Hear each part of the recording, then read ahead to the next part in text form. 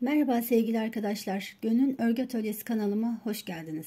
Bugün PASSAP'ta ajur örgülere örnek çalışmalar yapacağız. Ajur örgüleri biliyorsunuz Brother ve Silverit'te çok daha rahat yapabiliyoruz. PASSAP'ta ajur örgü çok böyle diğer makinalarda olduğu kadar ince bir görüntü olmuyor. Birazcık daha farklı bir görüntü oluşturuyor. Ama buradaki teknikleri biz değerlendirebildiğimizde diğer makinalarda yaptığımız bazı örnekleri burada da yapabileceğimizi size bugün bu videoda göstermek istedim. Şimdi yapacağımız çalışma PASSAP'ın teknik çalışması ile alakalı değil, tamamen manuel bir çalışma olacak. Ajur örgü dediğimizde biliyorsunuz delikli örgüler, dantel örgüler ya da ilmek değiştirilerek yapılabilecek örgüleri kapsayan bir sistem. Yardımcı aparatlarla yapmış olduğumuz çalışmaları elimizde de yapabileceğimizi gösterecek bir videodur. Ben şimdi bir başlangıç yaptım. Öndeki bütün iğneleri markaya aktaracağım. Bu işlemi tek yatakta yapacağım. Çift yatakta da yapabilirsiniz. Sistemi öğrendikten sonra istediğiniz şekilde uygulayabileceğinizi bilmenizi istiyorum.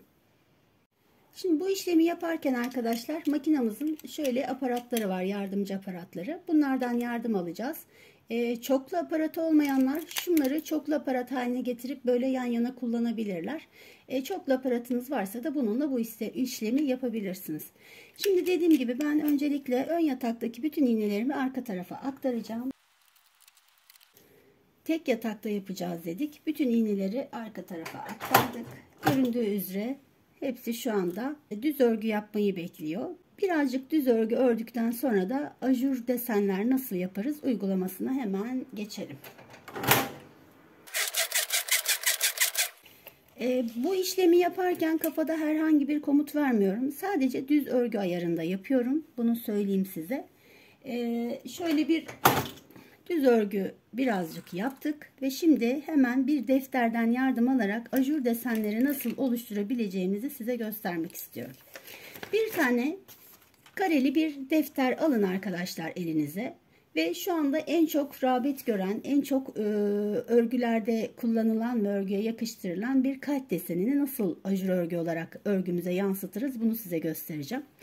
Kareli bir deftere bir nokta belirleyin. Yani burada örgünüzün herhangi bir yerine kalp yapmayı düşünün ve bunu kağıt üzerinde nasıl yaparız ve örgüye nasıl aktarırızın şeması olacak. Şimdi birinci sırada bir tane delik açmamız gerekiyor. İkinci sırada V görüntüsü oluşturabilmemiz için buradaki deliğin sağına ve soluna birer delik açmamız gerekiyor. Üçüncü kısımda yine açarak bu işlemi götüreceğiz ve 1, 2, 3, 4, 5, 1, 2, 3, 4 ve 5 şeklinde V'mizi oluşturduk arkadaşlar. Şimdi V'yi yaptıktan sonra artık burayı bir kapatmamız lazım. Kalp görüntüsü verebilmemiz için. 5. noktayı yaparken tam ortaya 1, 2, 3 iğne bırakıp 4.'ye de aynı şekilde başlangıç noktası hizasında bir delik daha açacağız. 5.'yi kapatabilmemiz için bu defa dışa doğru değil de içe doğru bir delik yapacağız. Aynı şekilde buraya geliyoruz. Yine burada içe doğru bir delik yaptık. Ama şurada bir kopukluk var. Bunu bağlayabilmemiz için de bu defa içten dışa doğru bir V yapacağız. Yani görüntümüzün şu şekilde olması lazım. Oldu mu? Bir tane de şuraya bir delik açtığımız zaman böyle hafif köşesi olan bir kalp oluşmuş olacak. Bunu siz şekillendirebilirsiniz. İstediğiniz hale getirebilirsiniz. Bu delikleri nereye açarsanız açın burada örgü üzerinde uyguladığınızda mutlaka bir boşluk oluşuyor. Bunu göstermek istiyorum size. Şimdi birincisi teknik olarak bu. Bir de ikinci tekniğimiz var. İkinci teknikte de şimdi yan yana olan ilmekleri örgüde yer değiştirdiğiniz zaman da bir görüntü haline geliyor. Mesela 1, 2, 3, 4, 5, 6, 7, 8 şöyle 9 yapalım. 1, 2, 3, 4 şu bizim örgümüzün merkezi olsun. İkinci yapacağım denemede bu merkezden başlayacağız arkadaşlar. Aynı şekilde buraya delik yapmaya biz devam ederken buradaki ilmeklerin yerlerini değiştireceğiz. Kayma yapacağız. Yani buradaki bütün ilmekler tek tek yan tarafa kayarak gidecekler. Ve bu kaymayı biz yaparken hem ajur yapıp hem de ilmek kaydırırken örgümüzün görüntüsünü değiştireceğiz. Ama şunda sadece bir tane aktarma aleti. Önden arkaya aktarmış olduğumuz şu yardımcı aparatımız var. İşte iğnemiz var. Bunu kullanabilirsiniz. Örgüye başlayalım. Evet, şimdi iki yatağı birleştiriyoruz. Birazcık da görüntüyü daha net görebilmeniz için ekrana yaklaştıracağım. İstediğiniz yere bu deseni koyabilirsiniz. Ben örgümü hafif ortalayarak şöyle ortadan bir tane ilmeği alıyorum ve sağ tarafa aktarıyorum. Burada boşa çıkan ilmeği iğnesini arkadan tekrar kaldırıp örgüye dahil ediyorum. Şu anda bakacak olursak defterde şu noktayı yapmış olduk. Birinci deliği açtık. 2 sıra öreceğiz. İpimiz gevşemiş. Özür dilerim. Evet. 2 sıra ördük. Buradaki birinci delik oluştu. Şimdi şu ikisini yapacağım. Ne yapacağım bunun için? Yapmış olduğum deliğin sağındaki ilmeği sağa, solundaki ilmeği de sol tarafa aktaracağım ve buradan yine boşa almış olduğum ilmekleri havaya kaldıracağım. Bu iki deliği açtım. 2 sıra örüyorum. Şimdi 3. sıraya geldim. Bu defa da bunun yine sağındaki ilmeği sağa, solundaki ilmeği de sola aktardım. İğneleri tekrar havaya kaldırdım. Yine örüyorum. Şimdi bir sonraki sıradayım. Buradan alıyorum, aktarıyorum. Buradan ilmeğimi de alıyorum, sola aktarıyorum ve arkadan iğneleri yine kaldırıyorum ve örmeye devam ediyorum. Aynı şekilde buradan ilmeğimi aldım, bir yan tarafa aktardım. Buradan da bu ilmeğimi aldım, bir yan tarafa aktardım. İğneleri kaldırdım ve şu anda buradaki görüntünün V şeklinde olduğunu size örgüde göstereceğim. Hemen iki yatak arasını açıyorum ve şu anda sanıyorum görüyorsunuz 1 2 3 4 ve bu yapmış olduğumla 5. deliği oluşturdum. 1 2 3 4. iğneyi alıyorum ve aktarıyorum. Ne oldu şimdi? Deliklerin arasında 1 2 3 iğne burada, 1 2 3 iğne de burada oldu. Tam ortada bir deliğimiz var ve 5. sırayı yaptık. Kapatıyorum çift yatağı. Tekrar örüyoruz.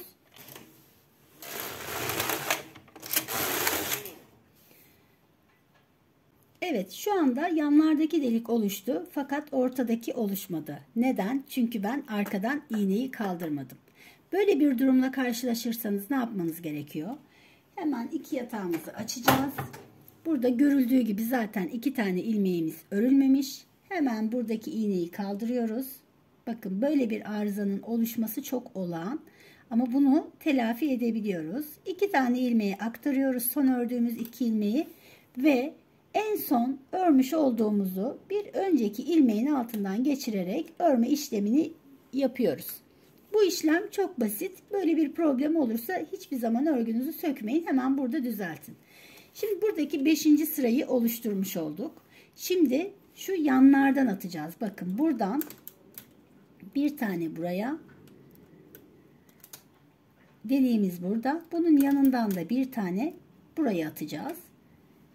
Ve ne demiştik? Şuradaki deliğimizi açmamız gerekiyor. Artık burada iç tarafa geldik. Şu delikleri oluşturuyoruz. Burada da bu deliğimizi alacağız. Bunun üzerine atacağız. Buradan da geleceğiz. Bu ilmeği alıp buraya atacağız. Buraya da bir delik oluşturduk. Hemen iğneleri kaldırıyorum. Bir önceki sırada olduğu gibi olmaması için yatağı da kapatıyorum. Yavaşça örüyoruz. Hemen yine göstereyim. Bakın burada kalbimiz oluştu. Şurada bir delik daha oluşması lazım. Artık son iğneleri buradan alıyoruz. İç tarafa bunu da alıyoruz. Buradan da bunu iç tarafa attık. Görüntü bu şekilde. Yine kapatalım ve örelim. Şu anda Burada görmüş olduğunuz bütün çalışmaların hepsi artık örgümüzde. Adım adım takip ettiğiniz takdirde burada örgümüzde aynı görüntü sizinle beraber olacak. Bu uygulamayı yaptık arkadaşlar. Örgü sonrasında detaylara bakacağız. Şimdi ikinci uygulama için birazcık öreceğim ve hemen ikinci uygulamaya geçeceğim. Yapmış olduğumuz kalbe göre teknik gerektiriyor. Devam ediyorum. İkinci uygulamayı şimdi yine bir ajur delik yaparak başlıyoruz. Şimdi çoklu aktarma aletinden yardım alacağım. Dediğim gibi bu yoksa şunları da kullanabilirsiniz arkadaşlar. Şimdi bunu kullanmaya tekliyle başlıyorum. Önce bir tane, sonra 2 tane, 3 tane, 4 tane derken burada ne kadar aktarmam gereken iğne varsa hepsini aktararak farklı bir sistem göstereceğim size. Bunun için yine bir ajurla başlayacağız. Şurada gösterdiğim gibi bir deliğimiz olacak, sürekli olacak. Bu aynı hizada olacak ama biz bunu yaparken burada da şuradaki ilmekleri aktararak bu işlemi gerçekleştireceğiz.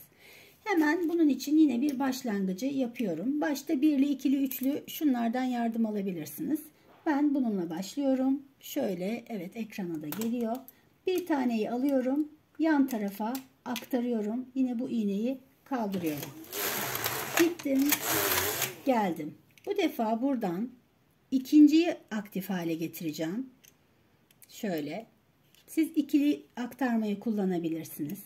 Yine deliğin üzerinden alacağım. Bu defa 2 tane ilmeği aktaracağım.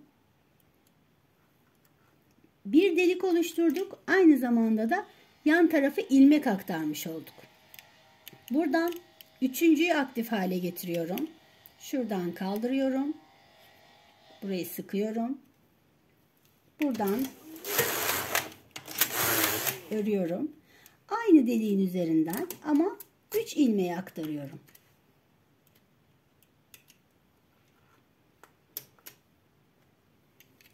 Buradan hemen dörtlüyü kaldırıyorum.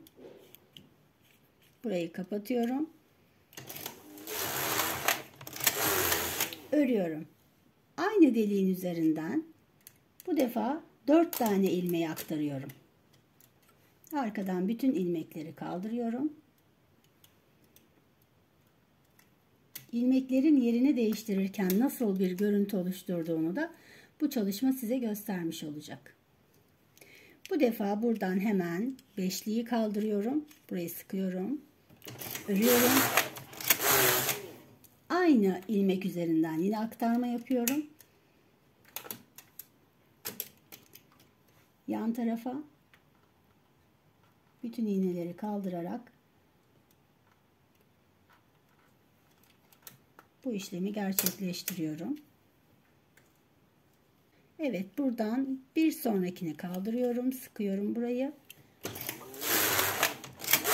Örme işlemini gerçekleştirdim. Hemen aynı ilmeği alarak şöyle, yanlış bir şey yapmayalım. Evet, şöyle.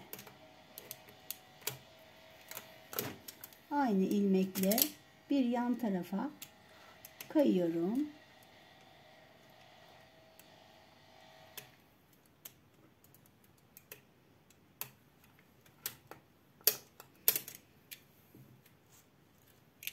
Ve burada kalan son iğnemi yukarıya kaldırarak şöyle örme işlemini yapıyorum. Ve son aktarma işlemini yaparak bu işi bitiriyorum.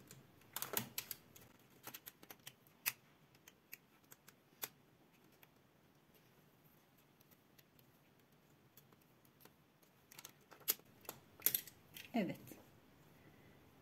İğnemi kaldırdım ve ördüm. Şimdi buradan açtığım zaman çok fark etmeyeceksiniz mutlaka. Ama örgümün diğer yönünde bunu göreceksiniz. Bunu aynı şekilde bu taraftan da devam ettireceğim ama bu defa yani hepsini kullanmayacağım buradakilerin. 3-4 tanesini kullanmam yeterli olacak. Sadece ayrımını görmenizi istiyorum. Kapattım. Bir taneyi alacağım. Yan tarafa aktaracağım.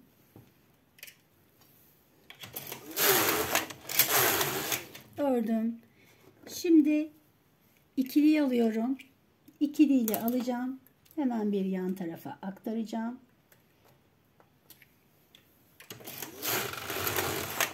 Evet. Bu defa üçlüyü alıyorum. Üçlüyle yine aynı delik üzerinden alacağım, aktaracağım.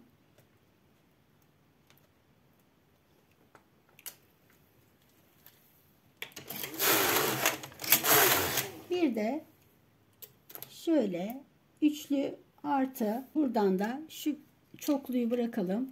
Şu birliği alarak şöyle bir yana aktaracağım. Bunları kullanmamın amacı da nasıl kullanıldığını yan yana çoklu olarak göstermekti.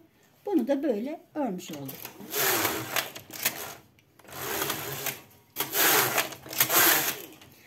Evet, örgümüzü bitirdik. Şimdi sonuçları size göstermek için çok heyecanlanıyorum. Umarım örgülerinizde de zevkle bu işlemi gerçekleştirirsiniz.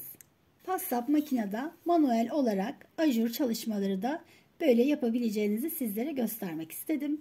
Belki kolay yapılamayacak teknik olarak ama böyle manuel olarak da bu desenleri yapabileceğinizi şöylece size detaylarıyla göstereyim. Bakın bu çok basit bir teknik.